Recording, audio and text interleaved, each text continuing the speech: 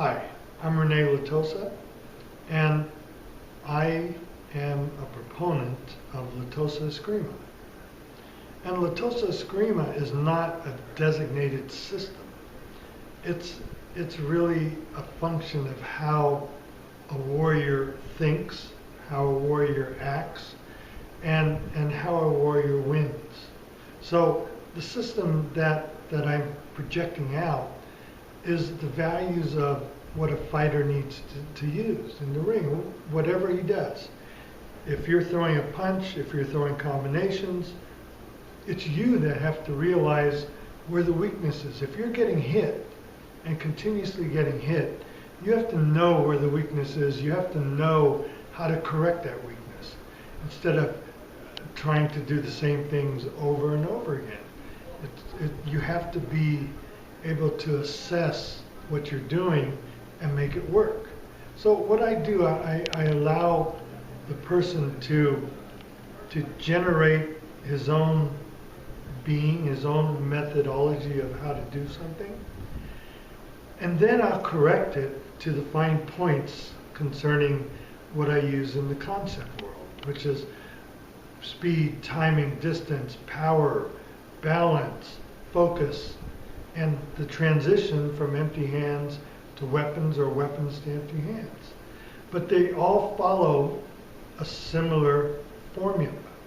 There is no single technique that's going to allow you to overtake any one person. It's you. You are the one that's in charge of your destiny. You're the one that's in charge of the power you put out. You're the one who is controlling whether you have intent to hurt the person or the person, you realize that the person has intent to hurt you. But all this has come about from my background and my mixtures of what I've done. Right? I started at the first academy of the Filipino Martial Arts in the United States under Angel Caballas and Max Sarmiento, and guest instructors such as Dentoy Revelar, Leo Duran, Gilbert Tenyo, all the folks that I have a direct line to. And it wasn't I learned from a student of a student of a student, I learned direct. And because I learned direct is not because I pushed it, is because every one of them were family friends. They were friends of my family, friends of my dad. And from there, I was basically given the house keys. Everybody taught me, because I was basically the one and only student for 6-7 months. So every one of them was teaching me. And they were showing me their things and what they do and how they did it. And you know, as I started to train and become one of the instructors, you know, I always felt that I needed to bring the martial arts, the Filipino martial arts, together and make it something that's comparable to what the Philippines means, the culture, the heritage. And so, you know, I thought that I was doing a brilliant job, learning, teaching, demonstrating, and you know, taking out people and doing whatever. And then, as a young kid, the ego that I built caught up with me, and I thought I was the best thing since sliced bread. Until I met with my dad, who said, you know, he goes, you need to just keep practicing. And I said, well, what do you know? You know, I'm thinking in my head, you know nothing. You know, you know nothing. You're just somebody. You're nothing. In the martial arts, you know, he was a community leader. And then I said, you know, I needed someone to practice with. I said, so I asked my dad to come from the gardening. I said, hey, Dad, I need a dummy. I need somebody that I can just whip on. just you have to be careful because I'm very dangerous, I'm very talented, I'm this, I'm everything, right? And he looked at me, he dropped his hoe, and he came down, took up a stick, and he said, okay, now you hit me. And I said, if I hit you, I'll hurt you, because you're old, and I'm not, and I'm good, and you're not, so, I don't want to chance it. So he goes, no, hit me. So I hit him, and least expectant, he goes, bang, hits me on the head. And I said, what's wrong with you? You're out of control. So he says, hit me again. I hit him again, hits me again. I said, okay, now you're in trouble because now I'm really good. Now I'm going to attack you. Right? And so I attacked him with 1 or 2 strikes. Bam, bam, bam, hit me again on the head, knocked me on the ground. And I said, what? With all I know, I'm on the ground. And he's up there laughing. So then my mother came out and told him to stop it. And I said, wait. I'm the one who's good. And then later on, after he was laughing, had his humor, he said, oh yeah, I'm this. And he's the story. He's the story in the books and in the verbal histories that when he came here from the Philippines, he's the one that got into a life and death fight against a Japanese bow guy on the ship with the Russians, the Filipinos, Chinese, they're all watching. And so he got a couple of broomsticks or whatever and went to war with this bowman. But it was to the death match. And so he knocked him down, blah, blah, blah, but then he refused to kill him. Refused to do the final blow. And so, traditionally the Japanese guys should have committed harikiri, killed himself because of loss of honor. But, none of that happened because they were coming to new land, a new start, everything was happening. So, I don't think he was going to waste his life on a fight. So, but that story resonated throughout all of the Filipino martial art histories.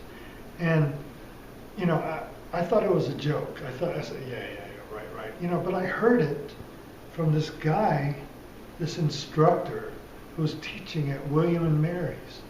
And I took a class at William and Mary's, and he's an English teacher, and he was Filipino. And he said, and he did roll, he said, where are you from? I said, Stockton. He goes, Stockton, who's your dad, Johnny? And I said, yeah. He goes, get out, you don't have to be in the class. I said, what? He goes, you get an A. Everybody's going, why does he get an A? And he goes, I owe him. I owe your dad. When I was young, I said, I don't want to work in the fields. And he said, okay. So my dad said, okay. He bought him a suit and said, you go over there to the city and you join the Navy. So the guy joined the Navy, went through his career in the Navy, got a degree, and was teaching at William and Mary's. And he told me the story. He goes, hey, did you know the story about your dad coming over from the Philippines? And I said, no.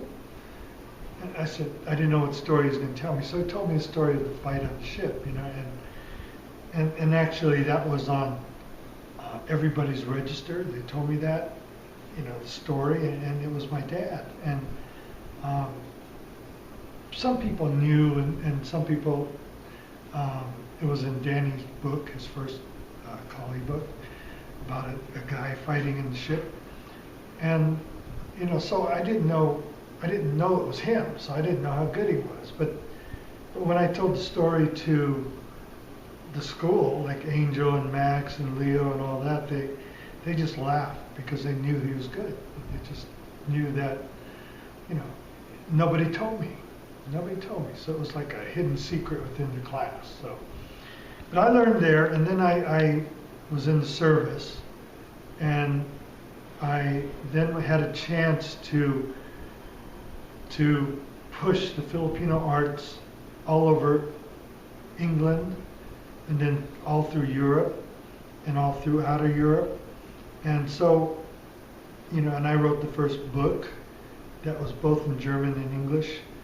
And I was the first one to actually introduce the Filipino arts to Europe. And so, you know, I kind of felt a kinship between Angel opening up and pioneering the school in Stockton, where everybody was sort of negative about it, because the whole idea was that they teach the young kids are going to go out and they're going to get into fights, beat up people, and not be able to assimilate to the culture surrounding them. They're going to be in trouble, they're going to do all these weird things. That's going to give the Filipinos a bad reputation. And they didn't want that, because we already had a terrible reputation by just being immigrants in the country in America, taking the jobs that they didn't want in the agricultural field, bringing in workers without women. So, you know, they're afraid of them stalking their women, and all the things that go with this massive fear of immigration. And so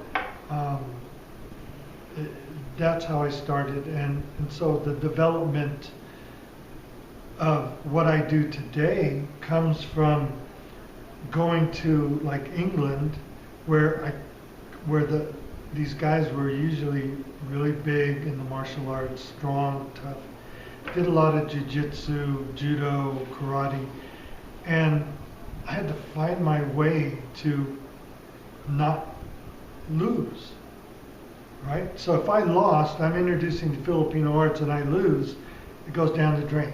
Everything goes down the drain. So I had to go in there, introduce it, and win. So I had to take on every art that came at me.